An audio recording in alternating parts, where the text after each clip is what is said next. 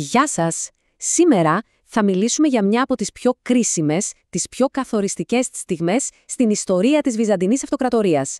Και φυσικά για τον άνθρωπο που βρέθηκε στο μάτι του κυκλώνα, τον αυτοκράτορα Ηράκλειο. Αυτό είναι το μεγάλο ερώτημα που θα μας απασχολήσει. Γιατί, ξέρετε, στις αρχές του 7ου αιώνα, η Ανατολική Ρωμαϊκή Αυτοκρατορία, αυτό που εμείς σήμερα λέμε Βυζάντιο, ήταν πραγματικά στο χείλος του γκρεμού. Η ιστορία του Ηρακλείου, λοιπόν, είναι η απάντηση σε αυτό ακριβώς το ερώτημα. Μια απίστευτη ιστορία, κρίσης, πολέμου και μιας ριζικής, σχεδόν αδιανόητης αναγέννησης. Εντάξει, για να καταλάβουμε το μέγεθος του τι κατάφερε ο Ηράκλειος, πρέπει πρώτα να δούμε την εικόνα. Και η εικόνα ήταν ζωφερή. Πρέπει να μπούμε για λίγο στο κλίμα της εποχής και να καταλάβουμε τι ακριβώς παρέλαβε. Εδώ δεν μιλάμε για μία μόνο κρίση ή έναν μόνο εχθρό. Ήταν μια τέλεια καταιγίδα καταστροφών που χτυπούσε από παντού.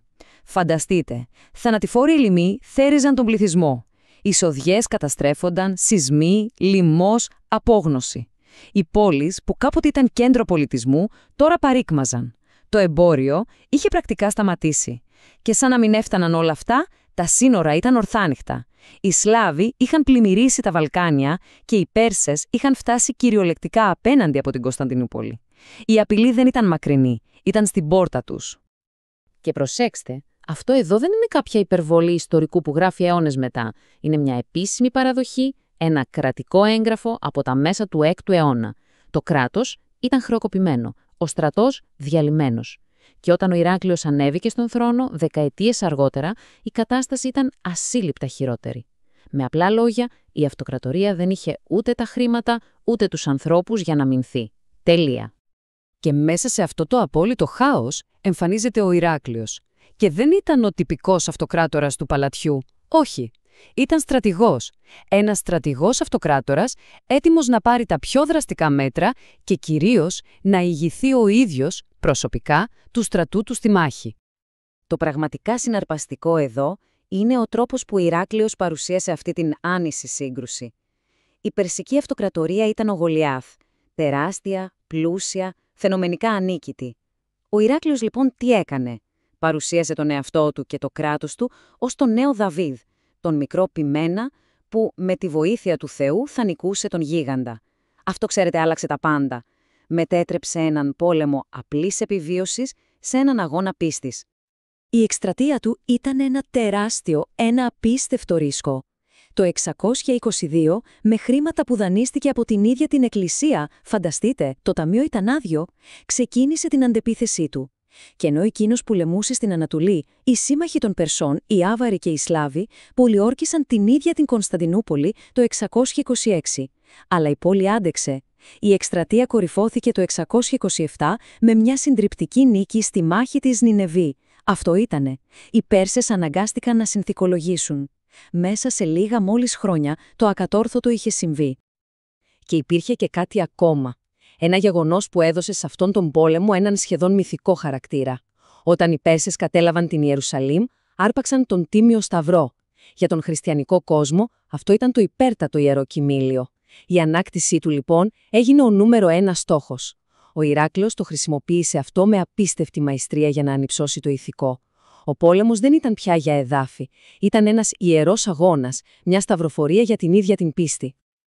Η νίκη επί των Περσών ήταν σίγουρα μνημιώδης, αλλά το πρόβλημα παρέμενε. Η αυτοκρατορία ήταν ακόμα ευάλωτη.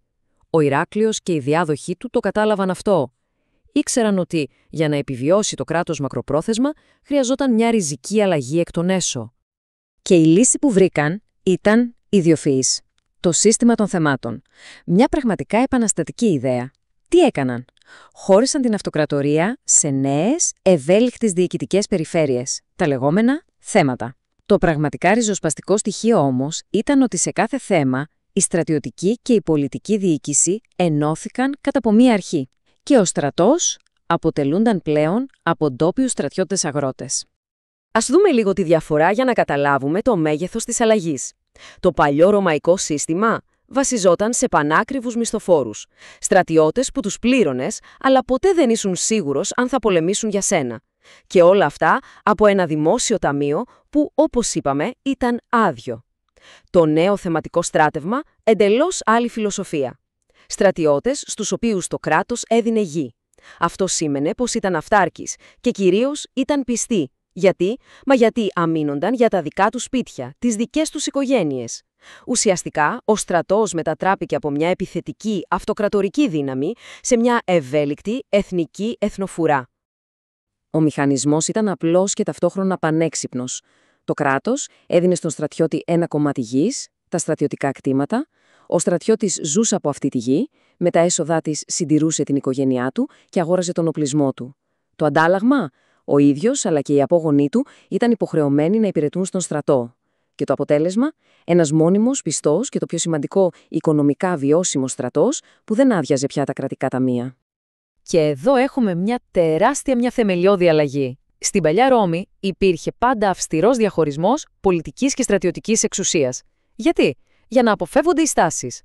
Τώρα όμως οι ανάγκες της άμυνας ήταν τόσο μεγάλες που αυτό άλλαψε. Όλες οι εξουσίες, και οι πολιτικές και οι στρατιωτικές, συγκεντρώθηκαν στο πρόσωπο ενός ανθρώπου, του στρατιωτικού διοικητή κάθε θέματος, του στρατηγού. Ήταν στην ουσία ένας στρατιωτικός κυβερνήτης με απόλυτη εξουσία στην περιοχή του.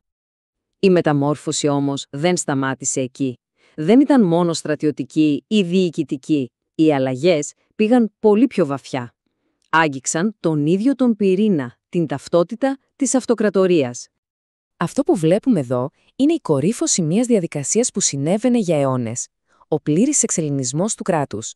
Η λατινική γλώσσα, η γλώσσα της παλιάς Ρώμης, ουσιαστικά εγκαταλείφθηκε.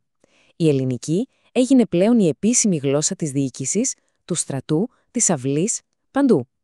Το κράτος πλέον επίσημα μιλούσε και σκεφτόταν στα ελληνικά. Και αυτό φαίνεται πεντακάθαρο στους τίτλους. Οι παλιοί λατινικοί τίτλοι, όπως κόμιτες ή centurion, απλά αντικαταστάθηκαν από τους αντίστοιχους ελληνικούς, στρατηγός, εκατόνδαρχος. Η πιο συμβολική αλλαγή όμως ήταν στον ίδιο τον τίτλο του αυτοκράτορα. Το λατινικό imperator έδωσε οριστικά τη θέση του στο ελληνικό βασιλεύς.